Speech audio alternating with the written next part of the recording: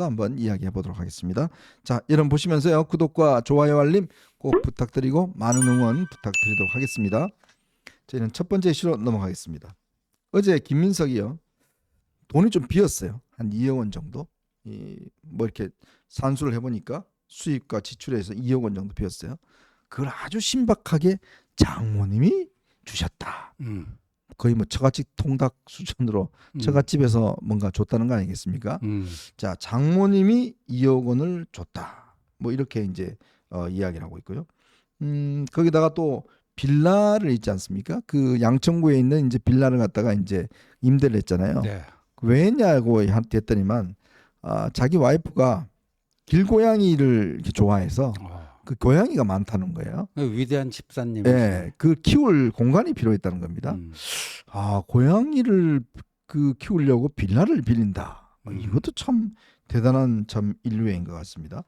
자, 요런 이야기라든지, 그러니까 이게 지금 보면 이 김민석이 하는 이야기 등등을 보면 이게 지금 정말 기가 막힌 이야기들이 많아요. 장모 2억이라는 길고양이 빌라 문제라든지 뭐 이런 것들이 지금 이야기를 하고 있는 것 같아요. 그렇죠. 그러니까 뭐 양천구에 자기 모친 명의의 빌라가 있었다. 좀 지어진 지 오래되고, 그러니까 시설도 좀 오래돼서 별로 안 좋은. 근데 김민석이 무슨 사단법인 대표를 했던 그 사단법인의 이사를 지냈던 사업가가 그 1년 계약 2억 원에 네. 1년 전세 계약을 맺었는데 2달 만에 뭐 조건이 안 맞대서 해지를 했다라는 그렇죠. 거 아니에요? 그럼 해지한 후에 어떻게 됐는가? 그 당시에는 2019년도 말에 이제 김민석이 재혼을 했던데, 그래서 경기도 살았대요. 네. 그 약혼자가. 그래서 이 서울에서는 김민석 자기랑 결혼하기 위해서는 일단 서울로 좀 집을 옮기는 게 좋겠다. 네. 해서 거길 들어갔다는 거예요. 근데 2억 원의 저 사단법인 같이 했던 그 사람이 했는데 그 와이프 될 사람은 2억 5천에 또 계약을 했어요. 5천에 계약을 했죠. 그 5천이 왜 플러스가 됐고 그리고 그때는 결혼할 사이라는 게 분명했잖아요. 그렇죠. 사실상 약혼자 아니에요. 약혼자가 자기 예비 시어머니 집에 들어가는데 꼭 이렇게 전세금을 내고 들어갔을까? 네. 그것도 물음표고. 그러다 보니까 그 2억 원을 처음 했던 그 사업가 이 씨가 전세 계약은 해지는 했대. 전세 보증금은 그대로 봐두고 거기 그냥 kil입해놓고 나오고 이 와이프 될 사람 들어가지 않았냐. 뭐 이런 게 어떤 합리적 의심 아닐까요? 신박한 방법이네. 그것도 신박하죠. 그러니까 자기 돈은 쓰지 않으면서 네. 전세금은 이제 그대로 두는 그렇죠. 뭐 그런 그 전세금이 거네요. 반환됐다라고 하는 게 뭐 그 당시에 그러면 그 모친 명의면 모친 통장으로 그 전세 보증금을 받았을 거 아니에요. 네. 그럼 그 사람한테 다시 그 보증금 2억을 되돌려줬다라고 하는 뭐 증빙이 돼야 될 거 아니에요. 그 된 건 아무것도 없어요. 참 이게 참 이 자잘한 것 같지만 굉장히 중요한 문제들이 이번 청문회 때 등장하고 있는데 본인은 뭐 전혀 지금 이 소명 자료를 제대로 내놓고 있지는 않습니다. 지금 보니까 국회의원들이 요청한 자료의 상당 부분을 아마 제출하지 않았다는 것 같고요. 그다음에 돈 거래라는 게 그렇습니다. 지금 이제 지금 출판 기념회 하고 뭐 이제 빙부상 그다음에 본인 결혼 축의금 뭐 해서 한 6억 정도 모았다는 거 아니겠어요? 그러면 그 부분을 과연 그러면 어떻게 구성을 했는지 계좌 같은 거 이렇게 공개하면 네. 그 다 나오잖아요. 다 나오죠. 씀씀이가. 그거 하나도 안 하겠다는 네. 거 아니에요. 그 다 하나도 안 하겠다는 거 아닙니까? 그리고 뭐 저기 미국 자기 하버드 대학 그 유학 갔을 때 그 누구야 강진성 씨한테 매달 450만 원씩 네. 20개월인가 받았잖아요. 네네. 근데 그게 그냥 그 무료 그냥 무상으로 받은 게 아니다. 자기가 전세를 깨가지고 2억 원을 그 배추 농사에 투자를 했다. 배추 농사에. 네, 배추 농사에.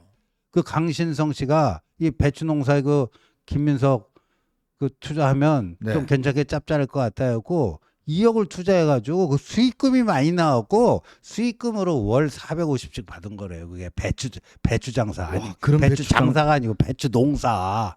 그런 배추가 네? 있어요? 아 저런 배추 한 달에 농사면 450씩. 그 2억 투자해가지고 보세요. 2억 투자해갖고 한 달에 450씩 20개월이면 거의 얼마예요? 2억 거의 다 받은 거 아니에요? 네네. 원금 2억은 2억대로 또 회수했대요. 예. 와. 원금 2억은 다 하고 450만 원 곱하기 20개월. 아. 어? 아니 주식이나 코인도 아닌데 그러니까 배추에 투자했는데 예. 그렇게 벌어요. 저게 뭐 금배추예요, 코인 배추예요, 뭐 뭐 예. 비트코인 배추예요, 뭐예요? 대단하네. 예. 그래갖고 저렇게 해명하길래 그럼 자료 증빙 자료 내봐라 했더니 네. 그건 안 됩니다. 야, 여러분들 오늘부터 배추 좀 심으셔야 될 것 같습니다. 이 배추를 잘 심으면 한 달에 한 2억 정도 투자하면 450씩 따박따박 나온다 보니까 와. 뭐 굳이 뭐 임대 사업할 필요가 없죠. 예. 배추 심으면 잘 나오는데 예. 개뻥인 게요. 배추라는 게 그렇습니다. 지난년 배추 농사가 완전히 망했잖아요. 예. 그 이 고온 때문에. 네. 그래갖고 뭐 진짜 건지는 게 얼마 없었지 않습니까? 해남 배추 뭐 좀 뭐 했고 이게 농산물이라는 건요. 이 기후 관계에 따라서 그럼요. 엄청나게 변하기 때문에 수익이 이렇게 난다는 거 물론 한때 예를 들어서 뭐 다른 거 다 망하고 뭐 이거밖에 없다 했을 때 뭐 이 채소값이 폭등하지만 또 많은 분들이 채소 한 종류 올라가면 안 사 먹어요.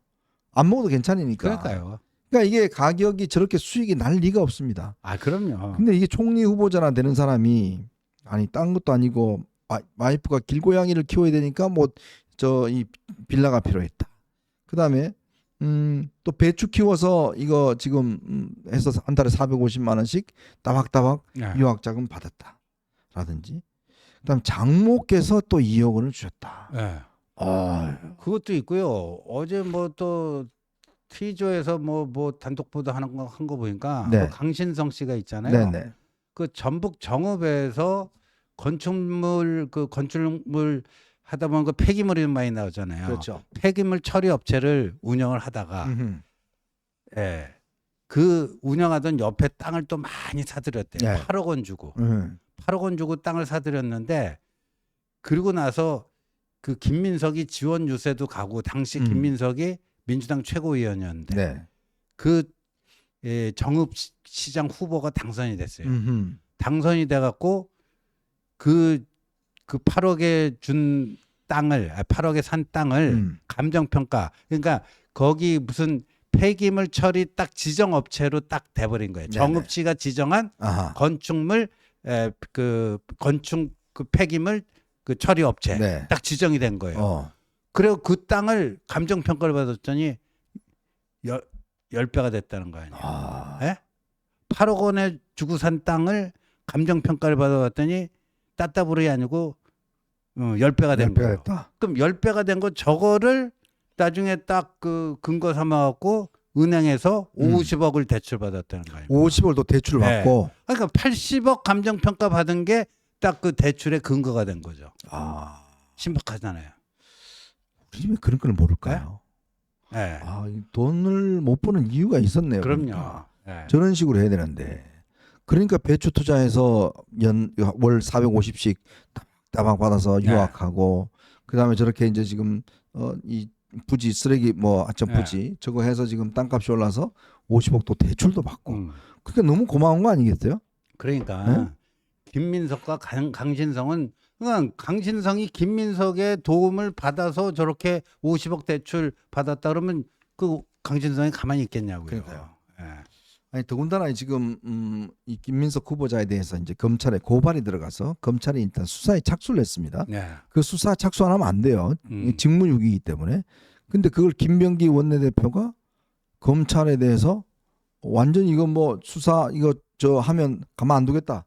라는 식으로 겁박을 하더라고요. 겁박을 한 거죠. 아니 이게 지금 말이 되는 소리. 그러면 어떻게 합니까? 검찰이 그러면 이 고발이 돼도 우리 수사 안 하겠습니다. 그래 되면 검찰이 바로 직무유기로 저거 이 처벌을 받는데. 그러니까요. 그럼 여당 이야기 듣고 그 수사 안 하면 처벌 받는데 그 책임질 수 있어요? 김병기가? 아니, 입건을 한 것도 아니고요. 배당을 한 거 아니에요. 네. 그것도 형사 일부에. 형사부가 제일 그 일반 사건 맞는 데 아니에요. 특수 사건 아니고. 네. 국무총리 후보자의 그 금전 의혹인데 그 형사 일부에 배당한 거예요. 무슨 입건한 것도 아니고. 그걸 갖고 저 난리 법석들이에요. 여러분들은 어떻게 생각하십니까? 이게 지금 뭐 이 김민석 후보자에 대한 저는 처음에 뭐 아유 뭐 괜찮겠지 잘 넘어가겠지 생각을 했어요. 근데 계속 보고 있자니 아우 이건 좀 심하다라는 생각이 듭니다. 이게 지금 세상을 어떻게 살았으면 이렇게 많은 스폰서들 키다리 아이씨들이 많을까? 그렇게 뭐 유학 가고 싶으면 돈 대주는 사람이 있고 생활비 부족하면 장모님이 따박따박 450만 원씩 또 저 300만 원씩 200만 원씩 현금과 계좌로 또 보내주고 또 아들 저 유학은 또 전처가 또 알아서 또 다 또 학비 대주고 그죠? 그랬더니 또 배추 이거 투자해가 또 그렇게 수익을 늘리고 또 와이프는 이 길고양이들 이 불쌍하다고 빌라를 빌려서 길고양이들 키우고 그 요새 별명이 뭔지 아세요? 네. 삥 뜯어갖고 평생 잘 먹고 살았던 삥민석이 됐죠. 삥민석 아, 김민세가 아니라 이제 네. 삥민세가 네. 민석이 됐군요. 아 그렇게 삥 뜯어. 근데 그 아들 그 코넬대 1년 1억 원 이상의 그 학자금을 전처가 대줬다는데 그러면 아들 통장에 찍힌 거라도 좀 갖고 나오라고. 그게 유학 계좌가 있어요 따로. 있잖아요. 예. 그러면 전처도 미국 거주하는 게 아니라면 한국 은행을 통해서 보냈을 거 아닙니까? 네. 그러면 그쪽 그 전처 통장 갖고 나오게 뭐하면 아들들이 받은 거 있을 거 아니에요. 받은 거 미국 계좌로 받은 네. 거 있을 거 아니에요. 그거 보여주면 되는데 그거 못 보여주잖아요. 아닌 말로 저 또 강신성 씨가 8억 원 주고 땅 상이 감정평가 80억이 돼갖고 50억 대출 받았다. 네. 뭐 그래요. 고마움의 표시로 보내지 말라는 법이 어디 있어요? 맞아요. 예? 그러니까 이게 외국에 돈을 보내는 게요. 제가 해보니까 굉장히 까다롭습니다. 근데 유학 계좌, 유학 자금이라 그러면 보낼 수 있는 한도가 좀 넓어져요. 그렇죠. 왜냐하면 그 학비가 이제 꽤 많이 있으니까요. 넓어지기 때문에 그래서 유학 계좌가 있습니다. 그런데 이게 지금 그거 계좌만 깔면 다 나와요. 네. 다 나오기 때문에 그거 뭐 그렇게 어려운 문제가 아니에요. 그 개인정보 저거 해서 해주기만 하면 금방 증명이 되거든요. 근데 그거를 안 한다는 겁니다. 안 하고 이렇게 그냥 증인과 참고인 하나도 없이 오늘 끝나면 이제 거의 넘어가는 거 아니겠습니까? 근데 참 이번에 보면 상처뿐인 영광 같아요. 결국 총리가 뭐 되긴 되겠지만 저렇게 흠집이 많이 나서. 그 오늘 그 김근식 교수가 페북에 잘 정리했던데. 네. 그 질문은 묻지 마. 네. 묻지 마. 그 다음에 증인 오지 마. 오지 마. 자료 주지 마. 주지 마. 이거 딱 세 가지로 끝났다. 삼마로 끝났고. 삼마, 삼마. 네, 주지 마. 묻지 마. 묻지 마. 오지 마. 오지 마. 주지 마.